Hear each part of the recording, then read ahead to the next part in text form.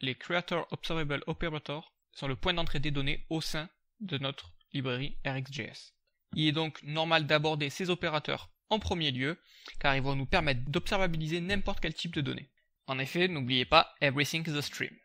Donc, regardons cela de plus près.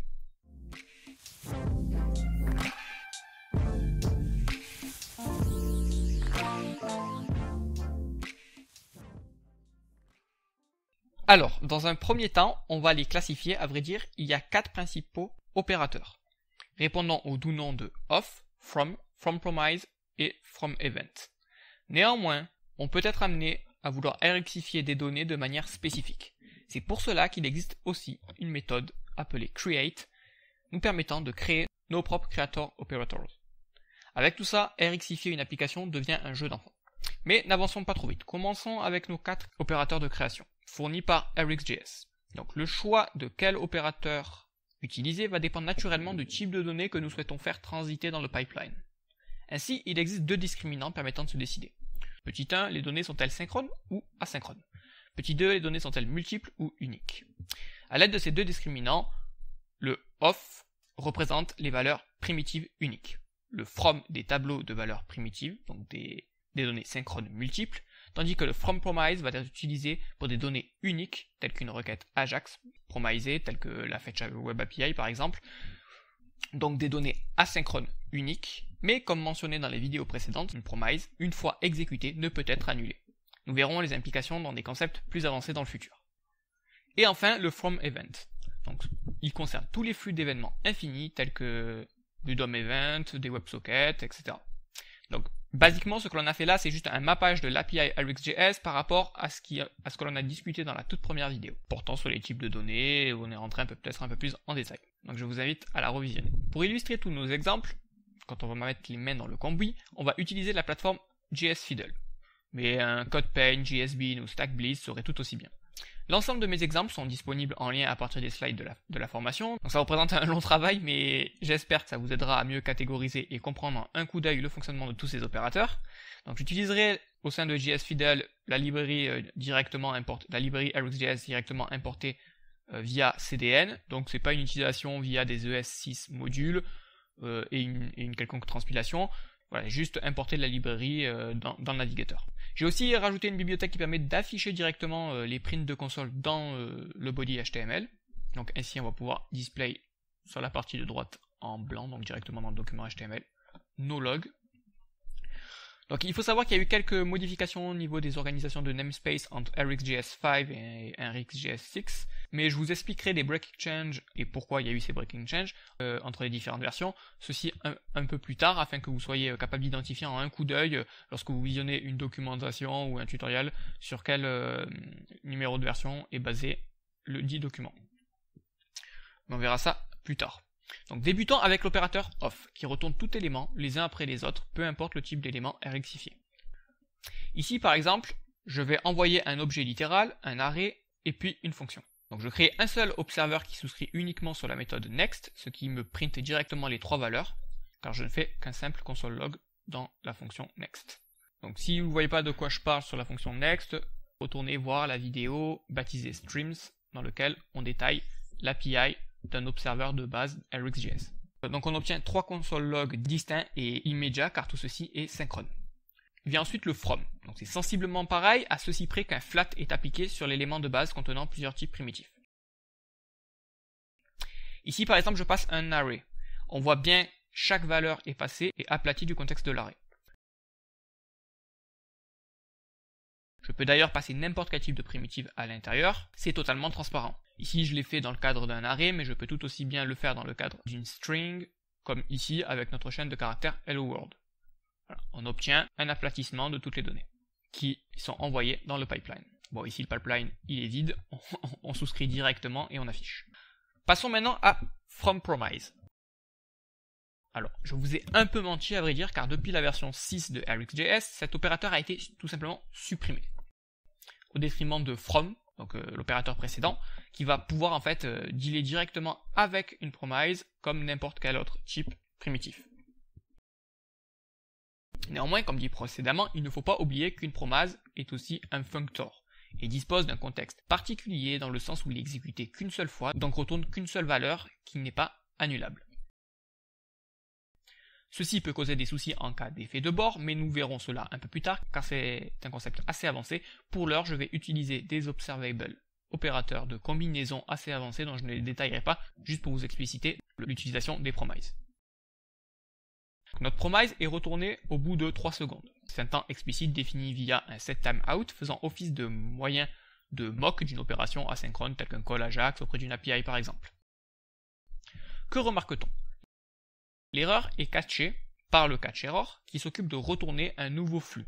Ce qui fait que la première promise qui est reject passe directement dans le next et non dans le error de notre observeur. Donc on le voit bien au niveau du print de sortie qu'on est passé sur le next classique, avec le nouveau stream envoyé par le catch error. Mais nous verrons la gestion des erreurs un peu plus tard. Voilà, ensuite il y a le resolve et enfin le flux qui se complète. Laissons en suspens les promises, on aura l'occasion d'en reparler et passons au from event. Ici on va gérer des événements asynchrones multiples voire infinis. Prenons par exemple un DOM event, à savoir le clic de souris. Donc je vais sélectionner le document en entier, le nœud document du DOM, et écouter l'event de clic. Si je souscris et m'amuse à afficher les coordonnées XY de la souris au sein du document, j'aurai donc des observeurs qui écoutent les click events. Plutôt simple, non? On devient réactif ultra facilement. Maintenant, faisons une deuxième souscription qui va afficher la même chose, juste ajoutant un préfixe sur les sorties des consoles des deux observeurs, respectivement crochet ouvrant 1, crochet fermant, et crochet ouvrant 2, crochet fermant. Ainsi, les deux observeurs réagissent au clic. On peut ensuite se désabonner de façon explicite à l'aide de l'objet subscription que l'on a pris le soin de stocker dans des variables. Donc ici, nous désouscrivons le premier observeur au bout de 2 secondes à l'aide de cette timeout. Et voilà, c'est tout. Ici, nous avons étudié les 3 principaux opérateurs de création pour rxifier n'importe quel type de données à souhait. Mais allons un peu plus loin. Créons notre propre opérateur de création. Faisons un générateur de nombres pairs. Donc cela pourrait tout à fait être un use case. Il y aurait un moyen de le faire à l'aide de filtres, etc. Mais c'est pour l'exemple et retenez en RxJS, et peu importe le paradigme de programmation, il n'y a jamais qu'une seule solution. Certaines sont plus élégantes que d'autres, et c'est tout là l'art de la mathématique ou de l'informatique nous permettant de développer notre créativité à souhait. Enfin bref, je m'égare. Reprenons un générateur de nombres pairs. Prenons le problème dans l'autre sens. Qu'est-ce que je souhaite avoir? Imaginons notre creator observable operator déjà fonctionnel. Je souhaiterais l'utiliser en souscrivant directement et ce dernier me renverrait les nombres pairs de façon infinie avec 2 secondes d'intervalle. Ainsi, cette méthode, que j'ai pris le soin de nommer EventNumbers, va utiliser la méthode creator d'un observable. Cette méthode prend un observeur en paramètres. On va faire un setInterval qui va incrémenter une valeur toutes les secondes. De là, on exécutera la fonction next de l'observeur à chaque fois que la valeur courante est paire.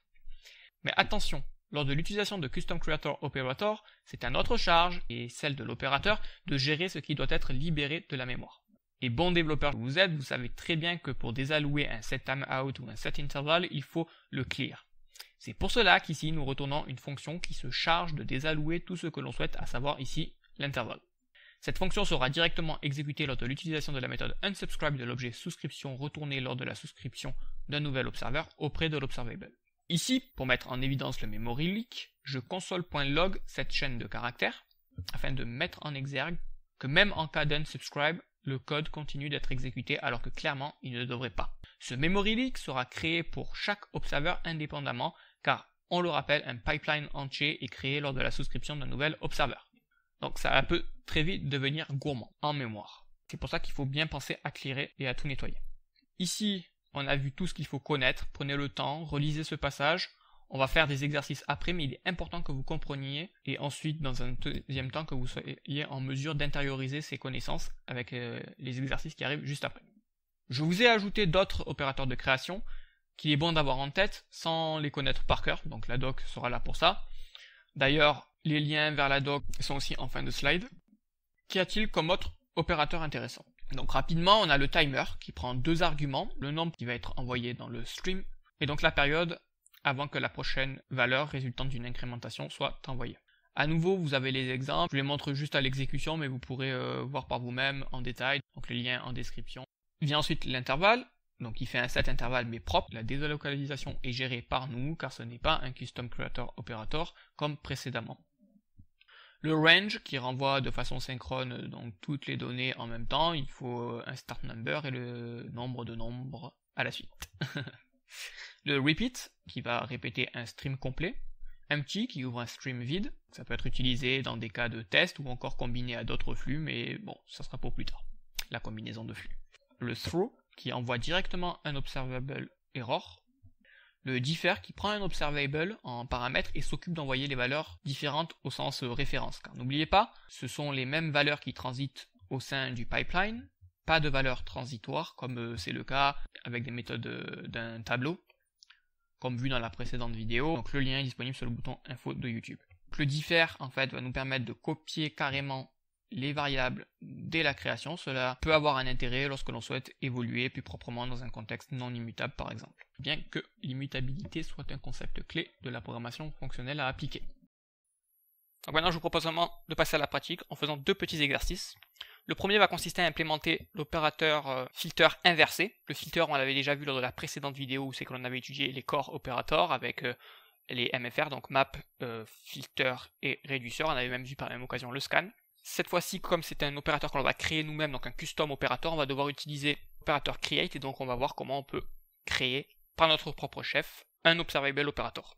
Quant au second exercice, donc ça va être quelque chose d'un peu plus simple qui va permettre un peu de voir comment fonctionne l'interaction entre le DOM et RxJS et donc par là même l'utilisation de creator operator pour pouvoir commencer à rxifier les événements du DOM et donc pour cela on va faire un simple counter sur notre page HTML. Donc on va commencer par le premier, donc si après l'énoncé de l'exercice, si vous le souhaitez, vous pourrez mettre en pause, essayer par vous-même et ensuite comparer, voir ce que moi je propose comme solution. Donc l'idée ici est d'obtenir un opérateur qui fasse l'inverse d'un filter. Donc j'ai donc pris le choix de le nommer exclude. En fait ça consiste juste à filtrer en inversant le résultat du prédicat passé en paramètre. Je commence toujours par écrire ce que je souhaite, vu que là on est vraiment dans la création d'opérateurs, donc j'écris comment je souhaiterais moi l'utiliser, et ensuite ça va me permettre de m'aider à comprendre comment l'implémenter derrière. Donc ici, pour un exemple d'illustration d'utilisation de cet opérateur exclude, on va prendre un jeu de test avec des simples entiers naturels allant de 1 à 5.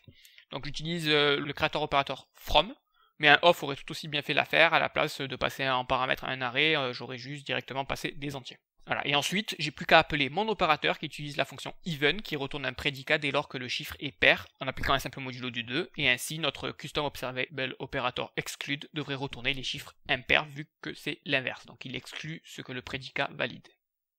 Alors on est parti pour implémenter ce nouvel opérateur. In fine, un opérateur c'est une simple fonction JavaScript qui retourne une méthode RxJS create. C'est donc une high order function. Donc la fonction qui est retournée prend un paramètre, un observeur. On souscrit à l'observable create lui-même et on inverse la condition du prédicat. Dès lors que c'est rempli, on envoie au sein de l'observeur via sa méthode next la valeur. Donc je prends soin de gérer toutes les exceptions éventuelles en try catchant, auquel cas je retournerai l'erreur au subscriber de la même façon en exécutant sa méthode error qui sera via l'inversion de contrôle, comme toujours à la charge de l'observeur de définir quoi faire dans cette situation et donc aussi au développeur futur de définir quoi faire finalement. De même, j'implémente avec la méthode error de mon create, qui sert juste de passe-plat en vrai et qui transmet directement la valeur l'erreur à l'observeur, de même pour le complete. Et voilà, c'est aussi simple que ça. Le dernier point, il ne nous reste plus qu'à rattacher notre custom observable operator au prototype des observables afin de rendre ce nouvel opérateur disponible pour tout observable. Donc si on exécute, nous obtenons bien 1, 3, 5, les chiffres impairs comme prévu dans notre tableau initialement passé au stream. Donc c'est aussi simple que cela, vous voyez, il n'y a rien de vraiment de bien compliqué une fois que l'on a compris la surcouche d'abstraction via le retour d'une fonction create. Voilà, tout le reste c'est classique. Encore une fois, dans les custom creator, c'est à nous de gérer les potentiels memory leaks. Donc maintenant passons au second exemple qui va permettre un peu de synthétiser où nous en sommes et comment rxifier des applications et utiliser vraiment RxJS au sein d'un workflow complet avec donc la notion bien de délimitation entre qu'est-ce que l'observable doit faire et qu'est-ce que l'observeur doit faire. Ça on l'avait déjà abordé lors de la seconde vidéo qui aborde un peu plus les streams et l'API RxJS. Alors je ne vais pas vous montrer tout le HTML que j'ai pris le soin de préparer, donc globalement c'est deux boutons plus moins et une balise span pour printer le résultat de notre compteur. Ensuite, alors je commence par sélectionner tous les nœuds du DOM, ensuite on réagira au clic sur les boutons plus et moins, ce qui est naturellement rectifiable comme tout événement du DOM via l'opérateur FromEvent. Je prends le soin de composer les streams au maximum, c'est-à-dire que c'est notre approche réactive fonctionnelle, souvenez-vous, toute la théorie étudiée précédemment derrière ce paradigme, chaque stream fait vraiment un petit bout du résultat final. Ainsi, ils seront composés ensemble pour former ce que l'on souhaite, un algorithme potentiellement complexe. Donc ensuite j'utilise l'opérateur map2 qui est un opérateur de transformation que nous étudierons par le futur, donc notez juste qu'en gros cet opérateur permet que peu importe l'événement qu'il reçoit en entrée, donc ici c'est les événements du clic, eh bien son rôle sera de retourner toujours la valeur qui est passée en paramètre, donc ici 1 ou moins 1. Donc c'est pour ça que c'est un opérateur de transformation, car il transforme donc la valeur du stream. Ensuite j'utilise l'opérateur merge, donc on va le voir incessamment sous peu, lors de 3 vidéos en fait qui expliciteront l'ensemble de la catégorie des opérateurs de combinaison en détail. Donc nous allons l'étudier incessamment sous peu, la prochaine vidéo portera sur les filtres, et ensuite on aura les opérateurs de combinaison, et enfin les opérateurs de transformation. Donc l'opérateur merge permet de merger 2 streams au sein d'un seul stream. Notez que c'est pas très important si vous n'avez pas encore compris forcément le merge, ce qu'il fait exactement. L'important c'est que vous voyez le workflow complet de comment que ça se passe. Donc vous voyez le from event, comment qu'ensuite on joue avec les streams, les différents streams, comment on décompose en petits bouts, comment on recompose par la suite et potentiellement, comment qu'on combine dit autrement. Ensuite j'utilise l'opérateur scan que l'on a étudié dans la précédente vidéo, qui est plus ou moins comme un reduce, mais non terminal. Il prend donc la précédente valeur, opère la fonction passée en paramètre et retourne la nouvelle valeur downstream. Et ensuite, eh bien, on va pouvoir enfin souscrire à ce stream, car en effet, là on arrive dans la partie effet de bord, la partie où on va modifier le DOM, etc. Donc c'est à la responsabilité de l'observeur. Souvenez-vous, vous pouvez revoir ça à nouveau dans la seconde vidéo de cette formation qui s'appelle Streams. Mais dans le stream, j'aurai la dernière valeur, sachant que mon scan commence à 0. Donc ça, on aurait pu le programmer potentiellement autrement, dire finalement que je retourne que la valeur intermédiaire et puis que je fais dans le subscribe la différence avec le compteur déjà présent. Mais ici, on imagine, notre hypothèse de base, c'est que le compteur est égal à 0 d'entrée de jeu. Donc je peux fixer à 0 mon second paramètre scan, qui est donc l'opérateur d'initialisation du scan. Et ensuite, voilà, dans mon subscribe, directement sur la balise en inner HTML, j'écrase la valeur. Ce qui fait dès lors que quand je clique sur le plus et le moins, j'obtiens bien un compteur. Donc pour résumer, dans cette vidéo, on a vu l'ensemble des créateurs opérateurs, qui c'est les opérateurs primordiaux, car c'est les opérateurs de point d'entrée dans notre librairie RxJS. Donc on a le off, le from promise qui n'existe plus potentiellement, mais qui est donc le from, donc je l'ai laissé pour que vous compreniez théoriquement ce qu'il y a derrière une promise. Le from event et éventuellement un create si vous voulez vraiment encore pousser encore plus loin les limites des opérateurs disponibles. 99% des cas, les 3 opérateurs suffisent, off, from event. J'ai déjà eu affaire à créer un create, mais c'est vraiment des cas assez particuliers. Donc ici l'exclude, on l'a fait juste pour le style, pour l'exercice, pour que vous compreniez comment que ça se passe dans l'implémentation concrètement. Mais voilà, c'est un filtre inversé, donc il n'y a pas besoin en vrai de le redévelopper. Dans la prochaine vidéo, on va étudier les filters.